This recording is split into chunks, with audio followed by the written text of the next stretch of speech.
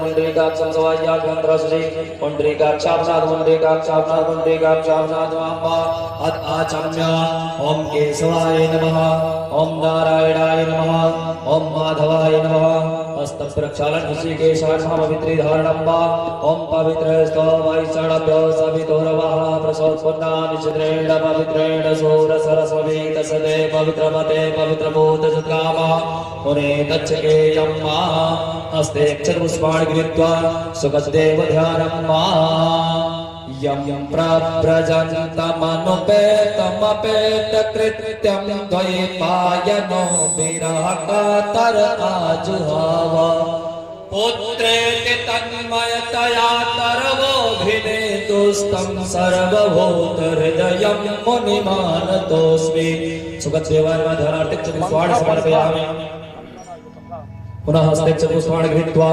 श्रीमद्भागवत महापुराण ध्यानम्बा निगमकल्पतरोर्गलितं फलं सुखमुखादमृत द्रवसंयुतं पिबत भागवतं रसबालयं मुहुरहो रसिका भुवि भावुकाः मुहुरहो रसिका भुवि भावुकाः श्रीमद्भागवत महापुराण ध्यानार्थिं चतुष्पाणि समर्पयामि पुनः हस्ते चतुष्पाणि गृहीत्वा गुरुं ध्यायेत शङ्करं शङ्कराचार्यं केशवं बादरायणं सूत्रभाष्यकृतौ वन्दे भगवन्तौ पुनः पुनः सूत्रभाष्यकृतौ वन्दे भगवन्तौ पुनः पुनः श्रीमद्गुरुभ्यो नमः श्री गुरुचरणकमलेभ्यो नमः ध्यानार्थिं चतुष्पाणि समर्पयामि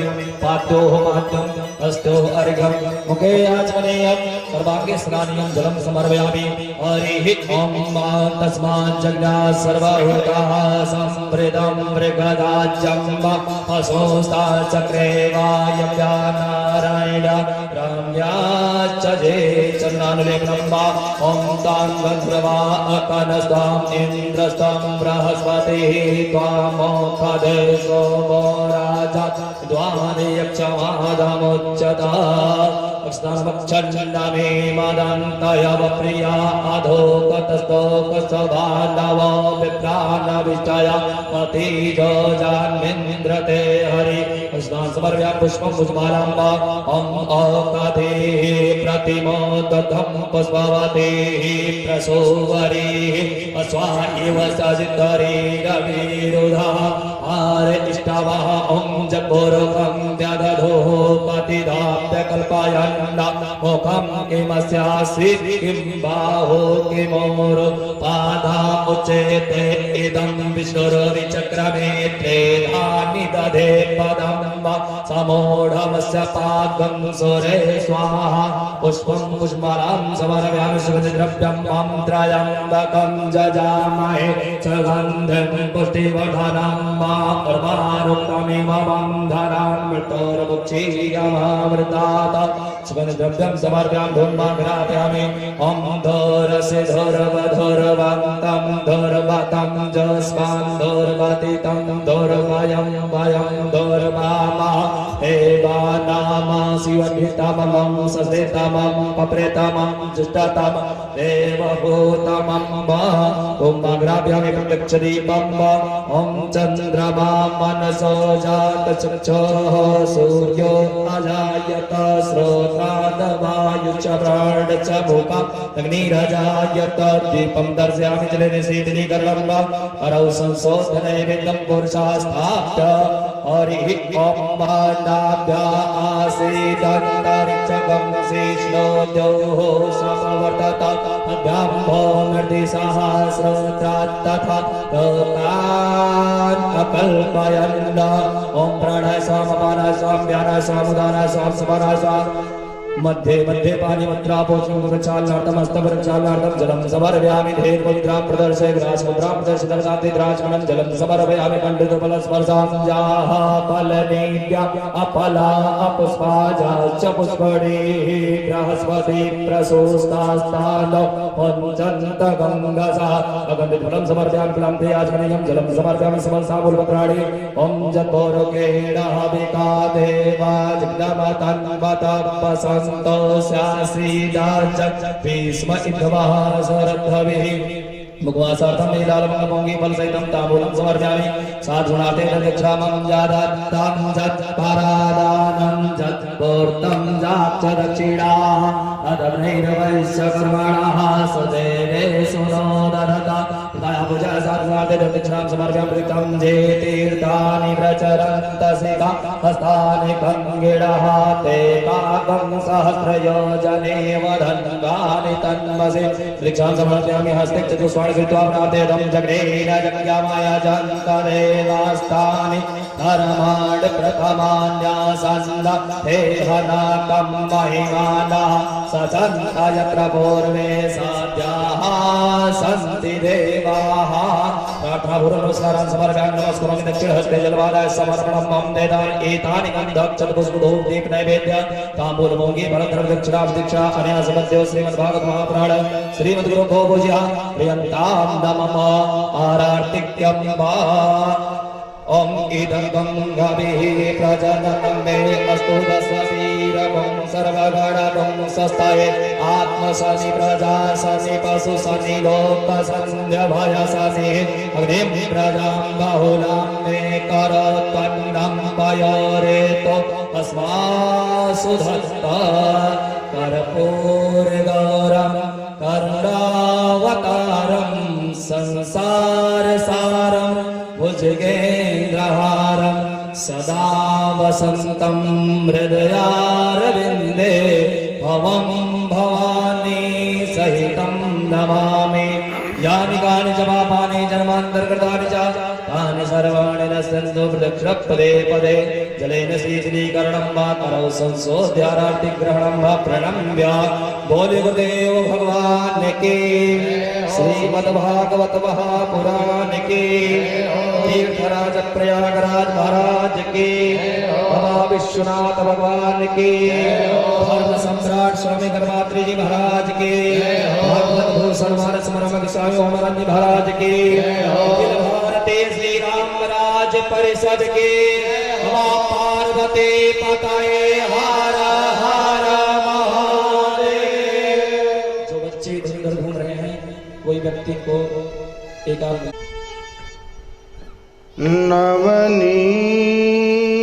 नवनीरदाभा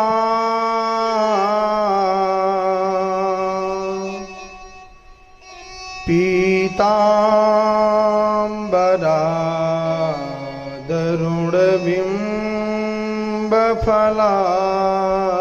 दरुणबिम्बफलाधरोष्ठा पूर्णेन्दु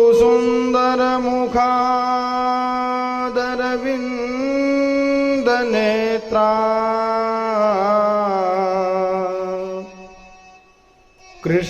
कृष्णात् परं किमपि तत्त्वमहं न जाने कृष्ण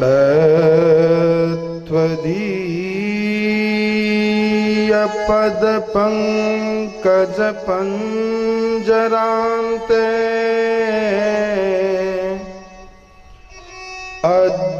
अद्यैव मे विशतु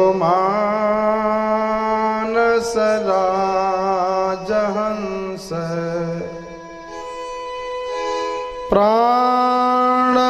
प्राणप्रयाण समये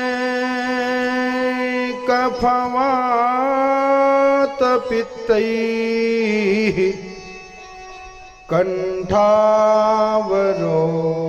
कण्ठावरोधनविधौ स्मरणं कुतस्ते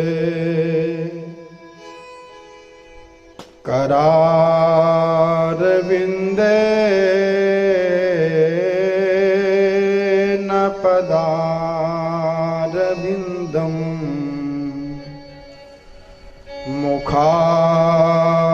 गोविन्दे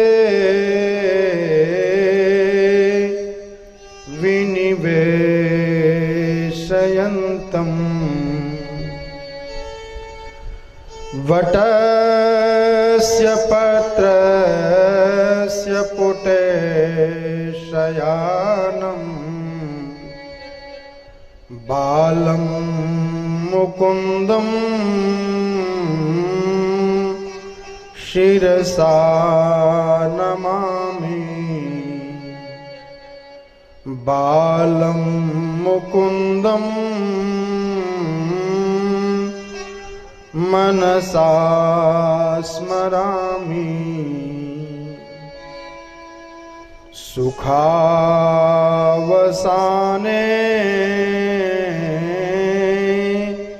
इदमेव सारम् दुःखावसाने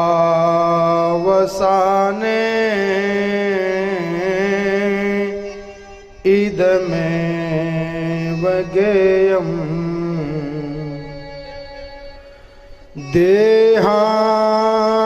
देहावसाने इदमेव जाप्यम् गोविन्द दामोदर माधवेति गोविन्द दामोदर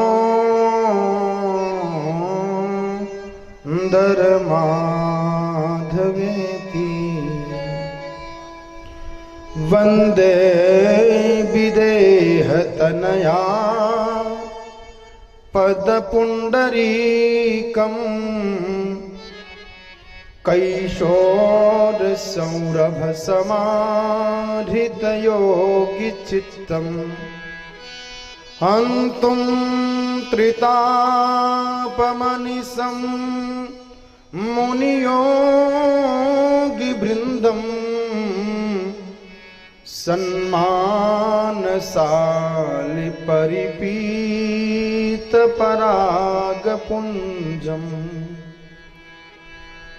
नारायणं नमस्कृत्य नरं चैव नरोत्तमं देवीं सरस्वतीं व्यासं ततो जयमुदीरये नारायण समारंभां श्रीशंकराचार्य मध्यमाम्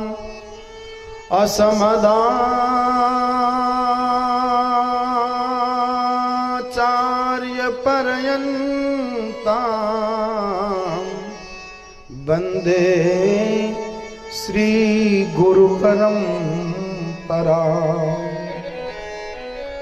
वादतोषित विश्वेशं धर्ममार्गप्रवर्तकं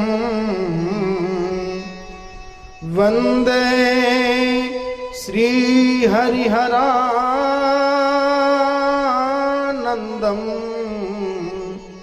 श्रीकरपात्रं जगद्गुरुं श्रीकरपात्रं जगद्गुरुं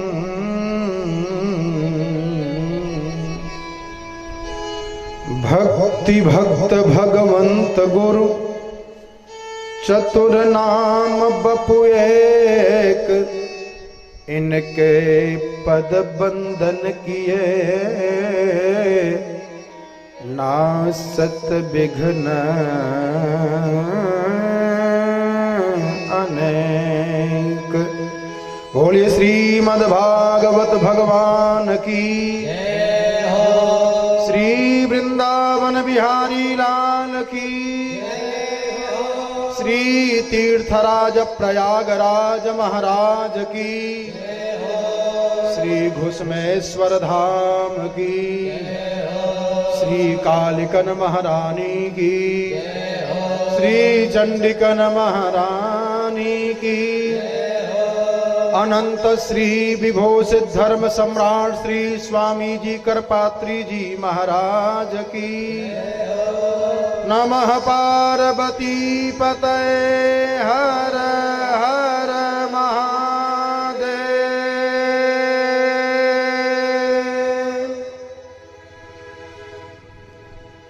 परम मंगलमय भगवत स्वरूप श्रीमद् भागवत जी की कथा में आए हुए समस्त श्रोताओं का अपनी तरफ से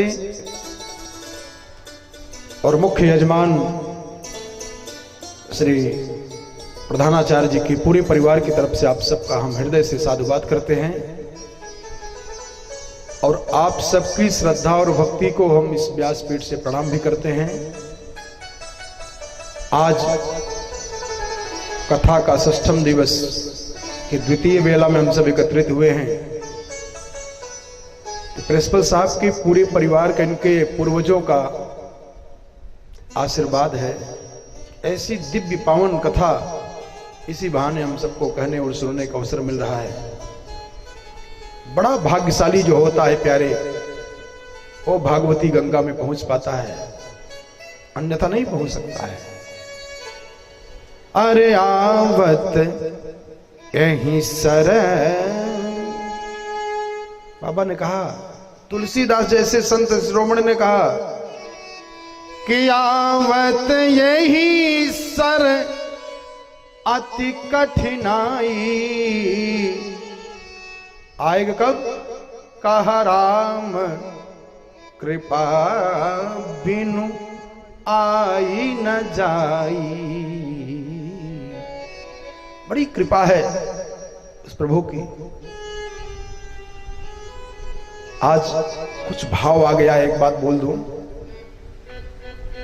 जल्दी नहीं कहता हूं।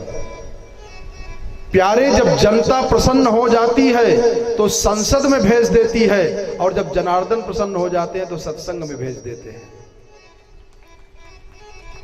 जनार्दन की कृपा है हम सबको पर। इसलिए अरे राम कथा गंगा सुगम बही जाई, हमा क्यों क्यों नहाय। राम कथा, क्या बात है। राम कथा गंगा सुगम बही जाई, हमा क्यों क्यों नहाय। राम कथा, बिरला कोई स्नान कर पाएगा। राम कथा गंगा सुगम बही जाई, हमा क्यों क्यों नहाय।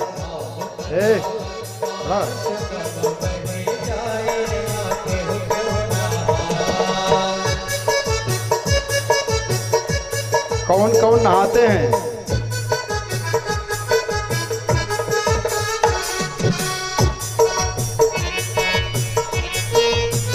आहा, ध्यान देना। ब्रह्मा जी नहाए अरु विष्णु नहाए, ब्रह्मा जी नहाए अरु विष्णु जी।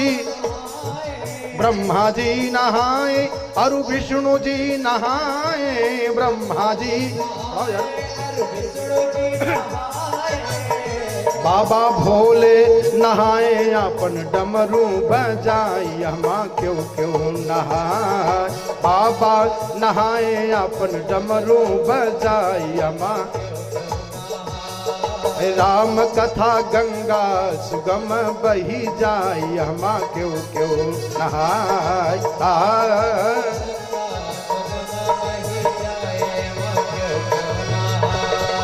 राम कथा गंगा सुगम बही जाई, हमा क्यों क्यों नहाय। राम कथा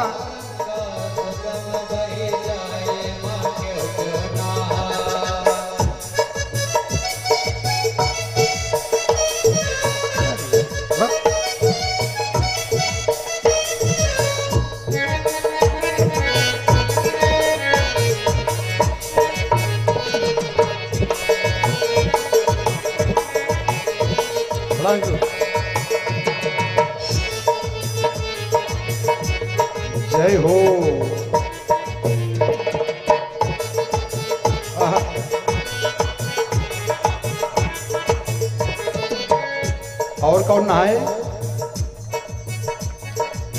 ध्रुव जी नहाए, प्रहलाद जी नहाए, ध्रुव जी नहाए, ध्रुव जी नहाए, प्रहलाद जी नहाए, ध्रुव जी नहाए, प्रहलाद जी। भैया बाबा नारद नहाए, अपन बीड़ा बजाई, हमा क्यों क्यों नहाए? नारद नहाए, अपन बीड़ा बजाई। ये राम कथा गंगा सुगम बही जाई, हमा क्यों क्यों नहाए? राम कथा गंगा सुगम बही जाई।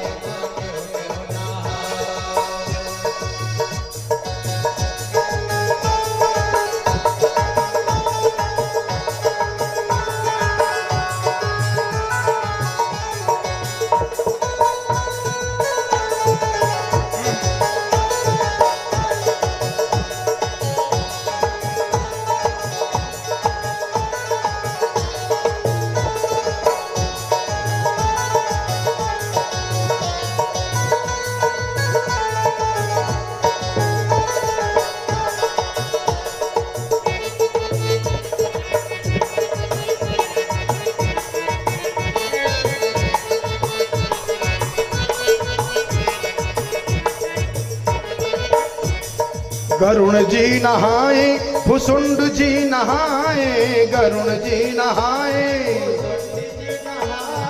गरुण जी नहाए, भुसुंड जी नहाए, गरुण जी नहाए, भुसुंड जी।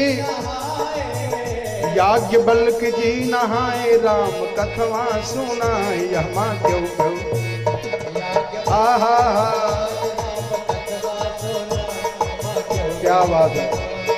याज्ञवल्क नहाए, राम कथवा सुनाए, हमा क्यों क्यों। हरे राम कथा गंगा सुगम बही जाए, हमा क्यों क्यों नहाए। राम कथा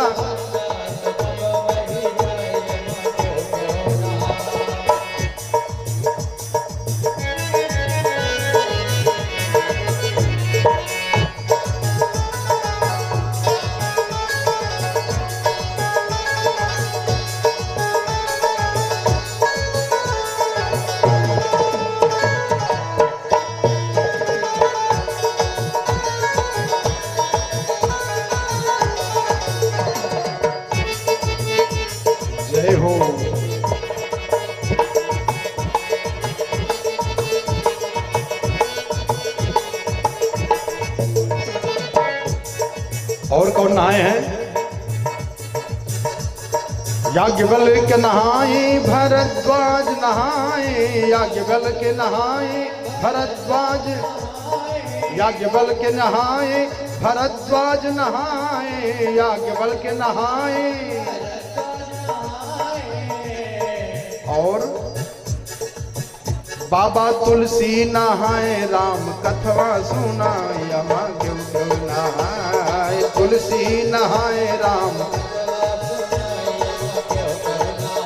बाबा तुलसी नहाए, राम कथवा सुनाए, हमा क्यों क्यों नहाए। तुलसी नहाए, राम राम कथा गंगा सुगम बही जाई, हमा क्यों क्यों नहाए। राम कथा गंगा सुगम बही, हमा क्यों क्यों नहाए। बोले श्रीमद् भागवत भगवान की जय हो। कल हम लोगों ने श्रीमद् भागवत जी की कथा के माध्यम से भगवान की लीलाओं पर समय सीमा में रहते हुए चर्चा किए, और आज बड़ा विशेष प्रसंग आएगा। शांति बनाने का प्रयास करिएगा और कथा से अपने जीवन को बना लें, सुधार लें, संवार लें। सुखदेव जी महाराज ने कहा, परीक्षित परिवार के यार एक आदमी यहां बैठ जाओ बीच में, चाहे यहां बच्चों को देख रहे हो ना, एक आदमी कोई वहां बैठ जाओ, देख रहे हो।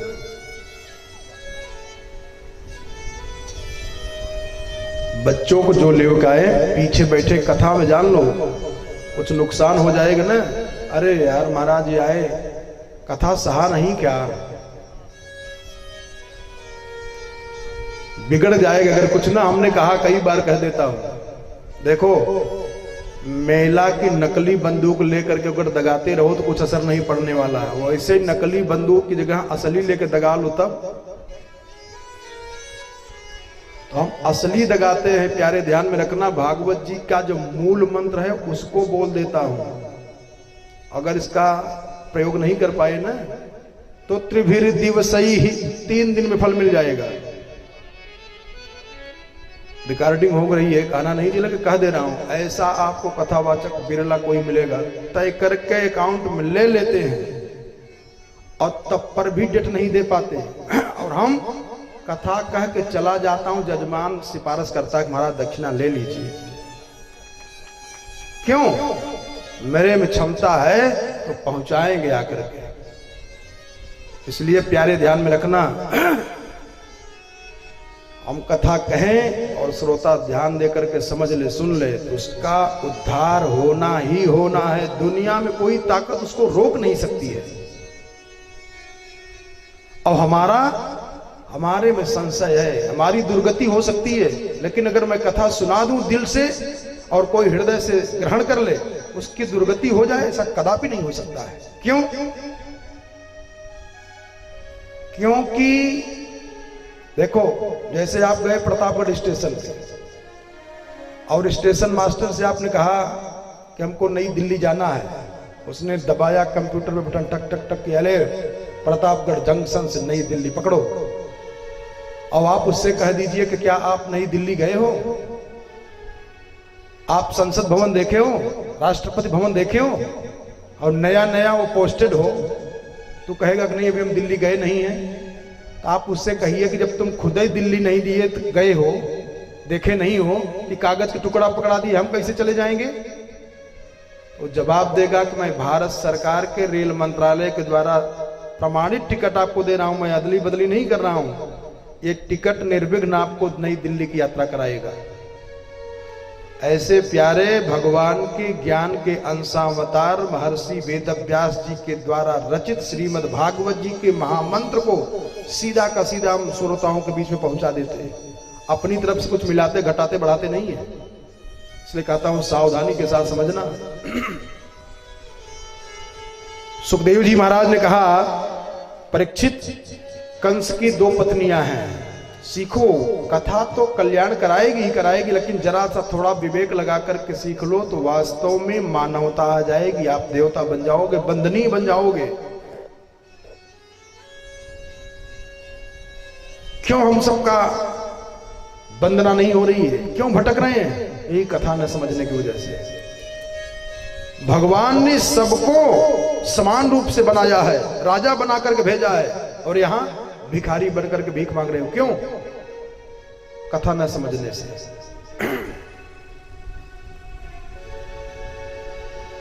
एक प्रसंग है, यही है, संत का क्षण अन्न का कण निरर्थक नहीं जाने देना चाहिए। और वो भी जब अनुष्ठानिक कथा हो तो पूरा पूरा प्रयास करना चाहिए, पूरा पूरा लाभ ले लें। अभी जितनी देर की भूमिका बना रहे, इतना समय चला जा रहा है ना, और परसों हवन होना ही होना है, चाहे हो पावे चाहे न हो पावे, मुहूर्त है ना, इसलिए पूरा लाभ लेना चाहिए। अब ज्यादा विस्तार नहीं करेंगे, एकाग्रता समझने का प्रयास करो, थोड़ा सा भी समझने का प्रयास करो। कंस की 2 पत्नियां हैं, कौन कौन? सुखदेव जी महाराज ने राजा परीक्षित से कहा कि अस्ति ही प्राप्तिश्च कंसस्य, अरे महेश्यो भरतर सभा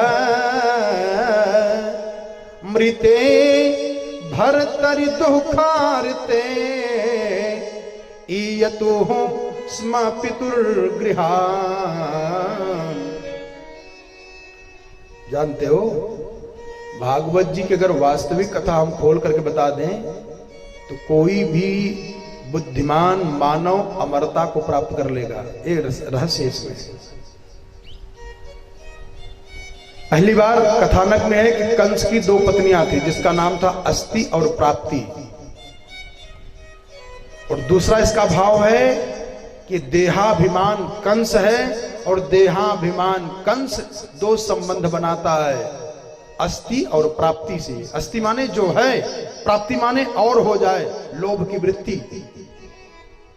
और जब यही दोनों बढ़ जाता है ना, तो परिणाम क्या होता है? रातों दिन वो मेहनत करता रहता है। समय के पहले वृद्धावस्था आती है, टिकट बन जाता है, जय सिया राम, गए। कमाओ, धन कमाना अच्छी बात है प्यारे, लेकिन धर्म भी कमा लो। आपका धन केवल घर परिवार तक साथ देगा। पत्नी केवल घर के दरवाजे तक साथ देगी, मर जाने के बाद वो रोते हुए दरवाजे तक जाएगी, वापस लौट के चली जाएगी। पुत्र, भाई बंधु श्मशान घाट तक जाएंगे, और पुत्र मुखाग्नि तक आपका साथ देगा बस। और ये धर्म साथ देता है दोनों जहान तक, यहां भी साथ देगा और मर जाने के बाद जीवात्मा जहां जाएगा वहां भी धर्म जाकर के गवाही देगा। और यहां वाले अरे खोल ही ले हैं, जिसके लिए मर रहे हो ना, अरे खोल ही ले हैं, बान्हल लंगोटिया हो।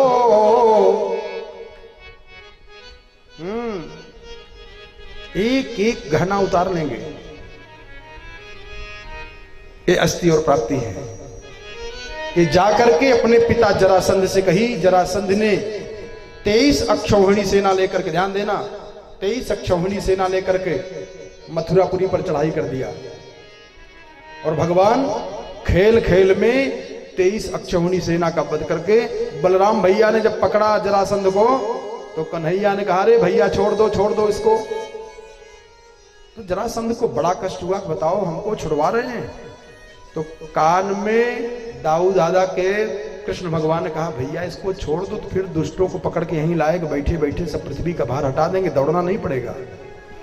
अरे ताही नयावत ताही पे ओ ताही तहां लई जाई। कृष्ण भगवान ने दाऊ दादा के कान में कहा, भैया इसको छोड़ दो, ये जितने दुष्ट राजा होंगे ना फिर पकड़ के लाए गए। 23 अक्षौहिणी सेना 17 बार लाया। ध्यान दीजिए, ये लीला पुरुषोत्तम है।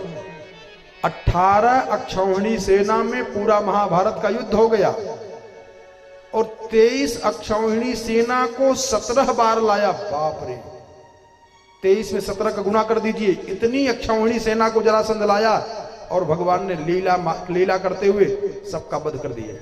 कोई जान भी नहीं पाया कि भगवान ने। 18वीं बार जब चला तो कुछ ब्राह्मणों को अनुष्ठान में बैठा दिया, और इस बार अगर कहा मैं हार जाऊंगा ना तो लौटूंगा, तो फिर तुम लोगों की यही दशा करूंगा। और रास्ते में एक मिल गया काल यवन। काल यवन आ रहा था, जिसके पास 3 करोड़ मलेच्छ सेना है। ध्यान देना, बड़ी दिव्य कथा है ये जरासंध है। जानते हो जरासंध का मतलब क्या होता है? इस कथा का अगर पूरा रूप खोल दूं तो जब चाहेगा जीव तब मरेगा, उसके पहले वो मर नहीं सकता है। ये वो कथा है।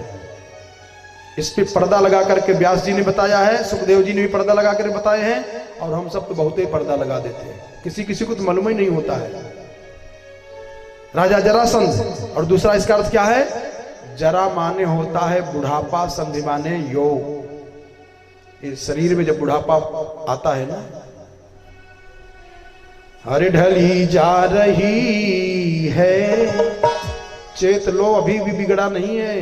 ए ढली जा रही है उम्र धीरे धीरे, ढली जा रही। जरासंध का आक्रमण, ढली जा रही है उम्र धीरे धीरे, ढली जा रही उम्र, ढली जा रही है उम्र धीरे धीरे, ढली जा रही है उम्र धीरे। बदलता जमाना मगर धीरे धीरे, बदलता जमाना, बदलता जमाना मगर धीरे धीरे, बदलता जमाना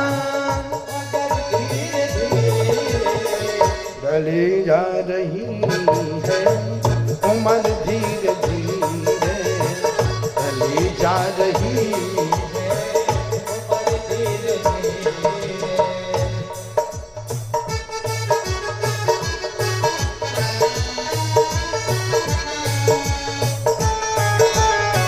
आहा, जरासंध का आक्रमण है, 17 बार का आक्रमण है।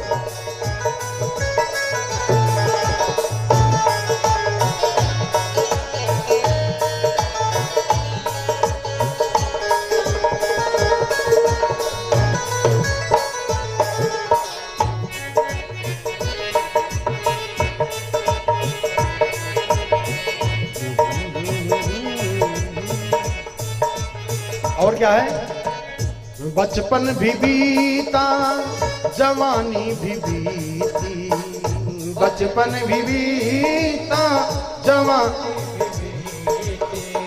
बचपन भी बीता जवानी भी बीते, बचपन भी बीता जवानी, और बुढ़ापे का होता है असर धीरे धीरे, बुढ़ापे का होता है असर,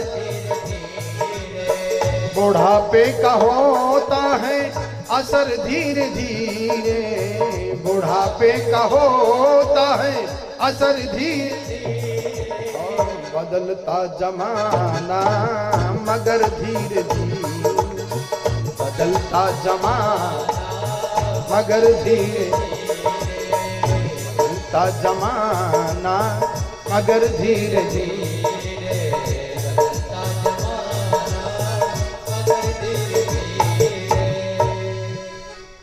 इसलिए ध्यान देना है इस बात पर। ये जो जरासंध है, जरासंध का मतलब होता है जरा माने बुढ़ापा, संधि माने योग। और उससे बचने के लिए लोग क्या क्या करते, कितना पैसा खर्चा कर जाते हैं। बाल सफेद हुआ तो कोई ये न जान ले कि नारे तो वृद्धावस्था इनकी आ गई, मेहंदी लगा के बैठे काला किए, कितना दिन काला करोगे? अरे ये बदलता जमाना, ये जरासंध है। अगर कथा सीख जाओ, ये कथा का अर्थ बता दूं अभी ना, ये मृत्यु पर विजय प्राप्त करने की बात है। जो जब चाहेगा तब मरेगा, उसके पहले मर नहीं सकता है। काल यवन आया, देवर्षि नारद मिले, नारद जी को प्रणाम किया, महाराज जी प्रणाम।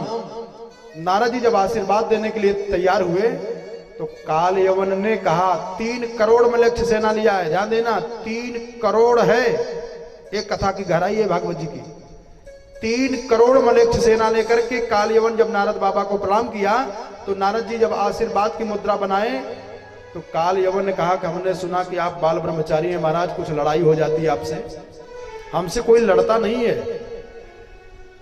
तो नारद जी ने कहा कि आप हमारे विषय में जानते नहीं हो क्या? कहा क्या? कहा मैं लड़ता नहीं हूं। कहा फिर? कहा लड़ाता हूं। तो काल यवन ने कहा फिर लड़ा ही दीजिए। तब नारद बाबा ने कहा कि मथुरापुरी में चले जाओ और एक सांवले स्वरूप वाले मिलेंगे, लंबी लंबी भुजाएं हैं, घुघराला बाल है, सुंदर स्वरूप है, वो आपका लड़ करके पेट भर देंगे। तो अब की बार 23 अक्षौहिणी सेना लेकर के काल यवन चला है और 3 करोड़ मलेच्छ सेना लेकर के काल यवन चला है, 23 अक्षौहिणी सेना लेकर के जरासंध चला है।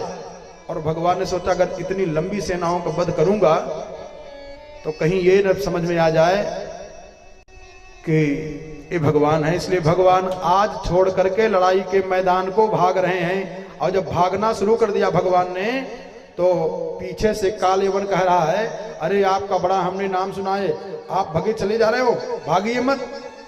लेकिन भगवान भगे चले जा रहे हैं। यहीं से भगवान का एक नाम पड़ गया, रणछोड़। बोलिए रणछोड़ भगवान की। एक नया नाम इनको मिला, रणछोड़। लड़ाई के मैदान को छोड़ करके भाग गए। जब भगवान ने नारायणी सेना दिया दुर्योधन को और अर्जुन का रथ हाँकने के लिए तैयार हुए और सबके सामने प्रतिज्ञा कर लिए कि मैं लड़ाई के मैदान में अस्त्र उठाऊंगा नहीं, तो शकुनी हंस करके कहा कि क्यों कन्हैया, अब तो दुर्योधन की जीत पक्की हो गई। कहा रणछोड़ करके भी मैं लड़ाई करता हूं, याद है मेरा नाम एक रणछोड़ है। 23 अक्षौहिणी सेना का पता नहीं लगा कहां चला गया। काल यमन 3 करोड़ मनुष्य सेना लेकर के आया, 23 अक्षौहिणी सेना लेकर के जरासंध आया है। इतनी सेना के बाद रणछोड़ भगवान भागे और तब पर भी इनकी जीत हुई। शकुनी को इशारा दिया, याद है, इतनी सेना के बाद मैंने अस्त्र नहीं उठाया, लड़ाई का मैदान छोड़ करके भागा, फिर भी उन लोगों की बध हो गया, मर गए। हुआ क्या कि भगवान भागते भागते जब चले गए तो एक हिम पर्वत की कंदरा में भगवान अंदर घुसे तो देखा कि एक पुरुष सो रहा है। भगवान अपना पीतांबर उसी के ऊपर डाल दिए। अब पीछे पीछे दौड़ा हुआ है काल यवन, कहा छोड़ूंगा नहीं इनको, चाहे जहां भाग करके चले जाए, आज हमसे बच नहीं पाएंगे। और जब वहां गए तो भगवान ने अपना पीतांबर जो सोया हुआ आदमी था उसके ऊपर डाल दिए थे। काल यवन ने पैर से प्रहार किया, कहा डरपोक रणछोड़, भाग करके यहां लेट करके सोने का नाटक कर रहा है। सुखदेव जी ने कहा परीक्षित, जब वो पुरुष जाग करके देखा तो वही काल यवन जल करके भस्म हो गया। राजा परीक्षित ने कहा महाराज, जिस काल यवन की 3 करोड़ मनुष्य सेना को देख करके भगवान भागे, और कौन सा आदमी वो लेटा हुआ था जो केवल आंख से देख दिया, देखने मात्र से काल यवन जल करके भस्म हो गया। कहा परीक्षित, भगवान से पूछा जिसने जलाया कि को नाम सपुमान ब्राह्मण। राजा परीक्षित ने भी पूछा सुखदेव जी से, गुरुदेव को नाम स भवान पुमान कस्य किम वीर्य एव च और कस्माद गुह्यम गतः शिष्ये किंतेजो यावनार्दन। गुरुदेव कौन है वो?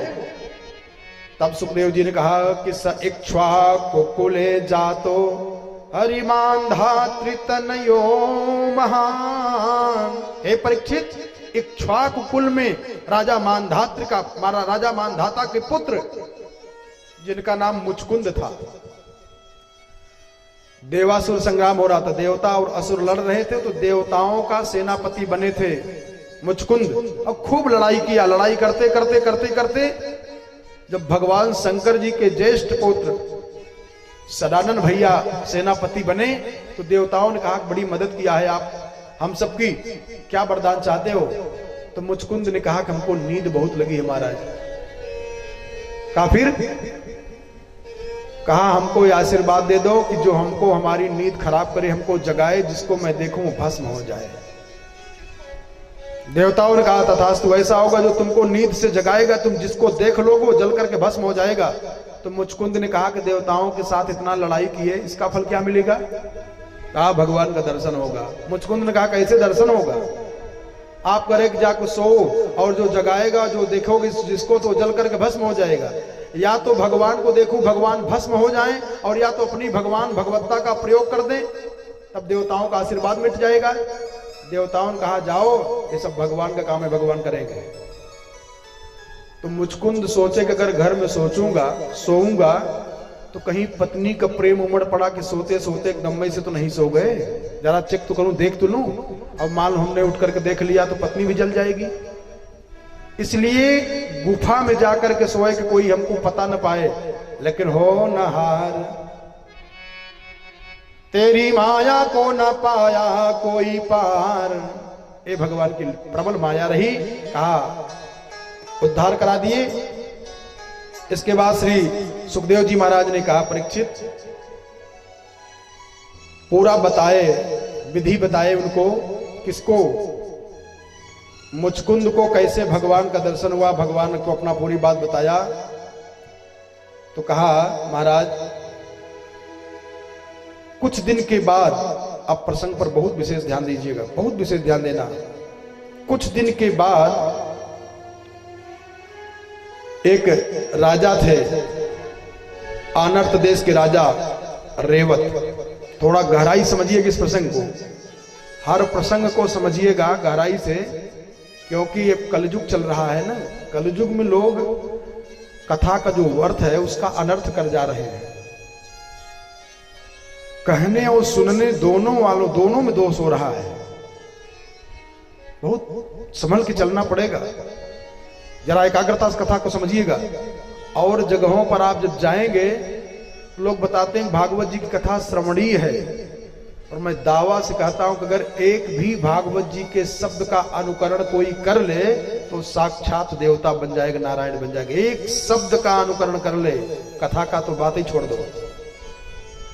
इसलिए कहा विद्यावता भागवते परीक्षा।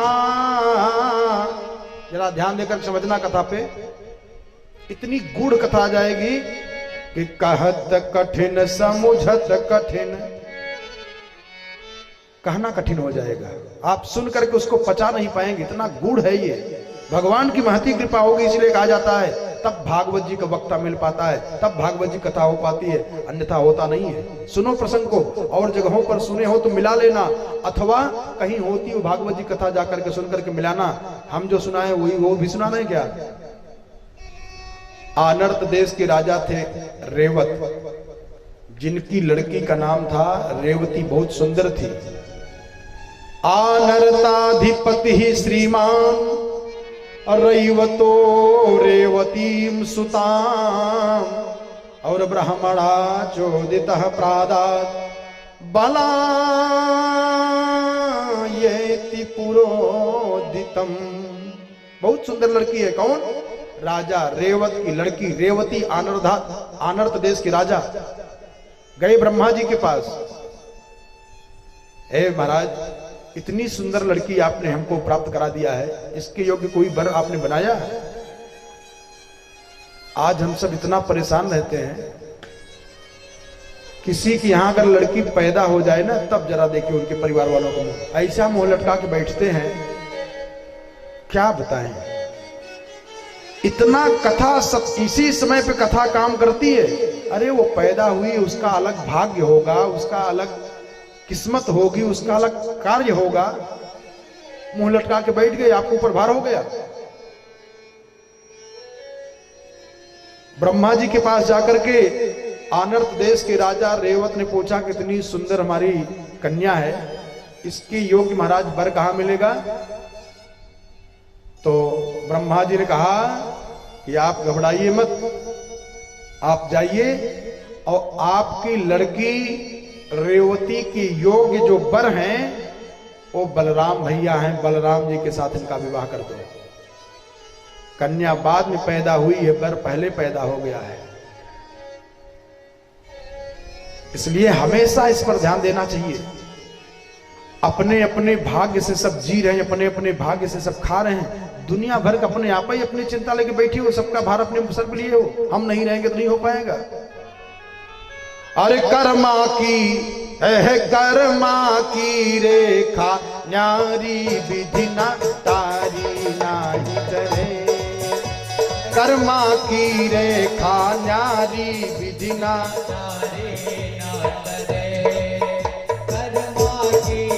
कर्मा की है कर्मा की रेखा न्यारी विधि न तारी नाही डरे। की अरे कर्मा की रेखा न्यारी विधि ना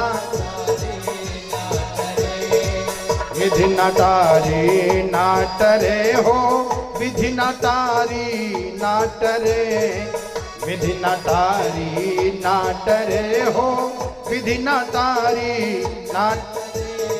अरे कर्मा की रेखा न्यारी विधि नाटारी नाट कर।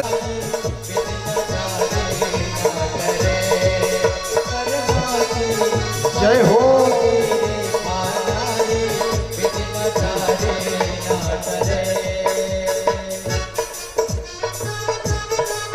क्या बात है, जरा देखो एक उदाहरण दे रहे हैं। गुरु वशिष्ठ सम पंडित ज्ञानी, अपना अपना कर्म है। गुरु वशिष्ठ सम पंडित ज्ञानी, गुरु वशिष्ठ सम सोधी के लगन धरी, सोधी के, लेकिन सीता हरण मरण दशरथ का, सीता हरण मरण बनहु में विपत्ति परी, अरे कर्मा की है कर्मा की रेखा न्यारी विधिना, हे कर्मा की रेखा न्यारी विधिना तारी, विधिना तारी जय हो नाटरे हो विधि नाटारी नाटरे, हर कर्मा की है हो कर्मा की रेखा न्यारी विधि ना, कर्मा की रेखा न्यारी विधि ना। आनर्त देश के राजा रेवत ने अपनी लड़की रेवती का विवाह बलराम भैया के साथ में किया, और भगवान अपि गोविंद उपये में कुरुद्व वैदर्भीम भीष्मक सुताम श्रियो मात्राम स्वयंवरे। कहा परीक्षित, जो भगवान के अवतार हैं श्री कृष्ण भगवान का विवाह विदर्भ नरेश के राजा भीष्मक ने अपनी लड़की लक्ष्मी स्वरूपा रुक्मिणी जी का विवाह भगवान श्री कृष्ण के साथ में कर दिया। तो राजा परीक्षित ने प्रश्न कर दिया कि भगवान भीष्मक सुताम, इसलिए कथा सुनना परम आवश्यक होता है। गीता में भगवान ने कहा है कि संशयात्मा विनश्यति, अगर शंका बना रहा ना उसका विनाश हो जाता है। सारी शंकाओं का समाधान भगवान की कथा से होता है। बस आपको कभी, अभी तो हम अनुष्ठानिक कथा कह रहा हूं, कभी समय रहेगा तो मैं आपको एक चमत्कार दिखाऊंगा भागवत जी के श्लोक से। एक श्लोक बोलूंगा, चाहे जो श्लोक निकल जाए वही बोल दूंगा, अब उसी का अर्थ करूंगा। जितने लोग बैठे रहोगे सबका शंका समाधान अपने आप में प्राप्त हो जाएगा। यह है विशेषता। राजा परीक्षित ने प्रश्न किया कि भगवान भीष्मक सुताम रुक्मिणी रुचिरानना, अरे राक्षसेन विधानेन उपयेम इति श्रुतम, उपयेम इति श्रुतम। राजा परीक्षित ने कहा महाराज, हमने सुना है भगवान का प्रथम विवाह राक्षसी विधि से हुआ है। देखो 8 प्रकार से विवाह पद्धति है, 8 प्रकार से विवाह का संबंध बनाया जाता है। कौन कौन? पहला 1 नंबर का विवाह पद्धति है ब्राह्म विवाह, जिसमें लड़की के पिता माता लड़की के योग्य वर ढूंढते हैं, मंडप बनाया जाता है, वैदिक विद्वान आते हैं, आचार्य ब्राह्मण मंत्र अग्नि बुजुर्ग ये सब गवाही में बैठते हैं, मुहूर्त निकाला जाता है। ये ब्राह्म विवाह है। और दूसरा है गांधर्व विवाह। गांधर्व विवाह, कन्या वरमाला लेकर के निकलेगी, सब राजा राजकुमार बैठे रहेंगे, जिसकी भी गले में वरमाला डाल देगी वही उसका पति बन जाएगा स्वेच्छा से। तीसरा धन दे करके, ऐसे ऐसे जो निकृष्ट है 8वां नंबर का राक्षसी विवाह लेकर के भाग जाना। तो राजा परीक्षित ने कहा कि भगवान का जो प्रथम विवाह हुआ है, मैंने सुना है कि राक्षसी विधि से हुआ है। राक्षसेन विधानेन उपयेम इति श्रुतम। भगवान का अवतार क्यों होता है? धर्म संस्थापनार्थाय संभवामि युगे युगे। यही धर्म की स्थापना हो रही है, लेके भाग जाना है। और आजकल ऐसे लोग कह देते हैं, रुक्मिणी जी ने पत्र लिखा, भगवान आए लिवा के चले गए। लेकिन सुनो ध्यान दे करके, तब जब राजा परीक्षित ने कहा कि हमने सुना है कि भगवान का प्रथम विवाह राक्षसी विधि से हुआ है, तब सुखदेव जी ने कहा कि गलत सुने हो, सुनो ध्यान दे करके। अरे राजा शीत भीष्म को नाम विदर्भाधिपतिर्महान और तस्य पंचा भवन पुत्रा कन्यैका च वरानना। ए परीक्षित, विदर्भ नरेश राजा भीष्मक को 5 पुत्र थे और 1 लड़की थी। उस लड़की का नाम है रुक्मिणी। रुक्मिणी बहुत सुंदर है। तो लड़की के माता पिता भाई बंधुओं का कर्तव्य होता है, ये सीख लो। और एक विधि बता दे रहा हूं, ज्योतिषी लोग जल्दी नहीं पकड़ पाते हैं। कभी कभी आप देखो तो माता पिता परेशान रहते हैं, विपन्नता रहती है, गरीबी रहती है। उसका कारण क्या है? बड़े बड़े ज्योतिषी उनको देखेंगे कहां से दोष आया है, लेकिन एक विशेष दोष बता दे रहा हूं, जो अपनी लड़की का विवाह गलत स्थान पे कर देता है और लड़की अगर ससुराल में दुख पाती है तो उस लड़की के दुख की वजह से लड़की के माता और पिता दोनों को दुख भोगना पड़ता है। ये रहस्य है। इसलिए तभी तो पार्वती जी की माता जी ने कहा ना, मैना रानी ने, कि जाऊ घर पर, जब नारद जी ने कहा कि इनके पति का ये लक्षण बन रहा है, साधु होंगे, बैरागी होंगे, जोगी, जटिल या काम मन, नगन या मंगल वेश, तो मैना रोने लगी। अरे, और अपने पति हिमांचल के चरणों में सर रख करके मैना रानी ने कहा कि जाऊ घर पर कुल होई अनुपा, जाऊ घर पर कुल होई, जाऊ घर पर कुल होई अनुपा, जाऊ घर पर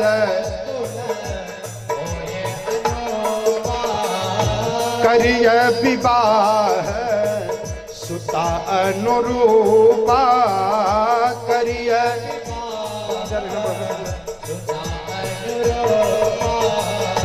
तयु घर बर कुल होई अनुपा, जऊ घर बर करिय विवाह सुता अनुरूपा, करिय विवाह, करिय विवाह सुता अनुरूपा, करिय विवाह सुता अनुरूपा। कन्या का विवाह उसके योग्य घर पर ढूंढ करके करना चाहिए। रुक्मिणी जी जब बड़ी हुई, देखो कथा, सुखदेव जी ने कहा कि परीक्षित, जब रुक्मिणी जी बड़ी हुई, विवाह के योग्य हुई, तो बंधूनाम इच्छताम दातुम, इसलिए प्रमाणित कथा सुनना चाहिए, भेद तब खुल जाता है। हम मन गढ़ंत ही कोई बोले तो उठपटांग बोल ही देंगे। रुक्मिणी जी ने पत्र लिख दिया, भगवान लिवा के चले गए ना। हुआ क्या? रुक्मिणी जब बड़ी हुई तो बंधु नाम इच्छताम दातुम, बंधु नाम बहुवचन है, बंधु बांधवों की इच्छा हुई, भाई रुक्मिणी का विवाह का समय आ गया है और ये इतनी सुंदर है, इतनी होनहार है, इतनी लक्षण से युक्त हैं, इनकी योग्य वर कौन है? कहा कृष्णाय भगिनी नृप, इनकी योग्य अगर कोई वर है तो द्वारिकाधीश है, जो जरासंध की वजह से समुद्र में द्वारिकापुरी बना करके 48 कोस में रहे, इसलिए इनका नाम पड़ गया है द्वारिकाधीश। बंधु बांधव माता पिता की हार्दिक इच्छा है कि हमारी बिटिया रुक्मिणी जी का विवाह कृष्ण के साथ में हो जाए। थोड़ा सरल कर दूं, अभी आप लोग भागवत जी की ज्यादा गहराई में सुन नहीं पाए हो ना, और सरल करके बता दूं। प्रथम दृष्टया लगता है कि भैया भरत ने अपने माता पिता की बात का उल्लंघन किया है। पहले शुरू में ऐसा लगेगा, देखो सुनो ध्यान दे करके। क्यों? क्योंकि जब भरत जी ननिहाल से आए तो राजगद्दी पर बैठे नहीं बैठे, भरत का राज्याभिषेक हुआ नहीं होने दिया। क्यों? भरत जी के सामने कोई बोलने की हिम्मत नहीं जुटा पा रहा है। तो बड़े मुश्किल से वशिष्ठ जी महाराज आकर के खड़े हुए, सुनहु भरत भाभी प्रबल, अरे बिलखी कहे वो मोनिनाथ, हानि लाभ जीवन मरण, जस यप जस विधि हाथ। भरत जी ने कहा, गुरुदेव आदेश करें। कहा, आपके भैया राम ने पिताजी के आदेश का पालन करते हुए वनवासी बनकर के वन में चले गए हैं और आप अपने पिताजी की सत्य प्रतिज्ञा को पूर्ण करते हुए आप राजगद्दी पर आसीन हो जाएं। भैया भरत ने कहा सबके सामने कि मेरे पिताजी की जो हार्दिक इच्छा है, मेरे पिताजी की जो प्रतिज्ञा है, मैं समस्त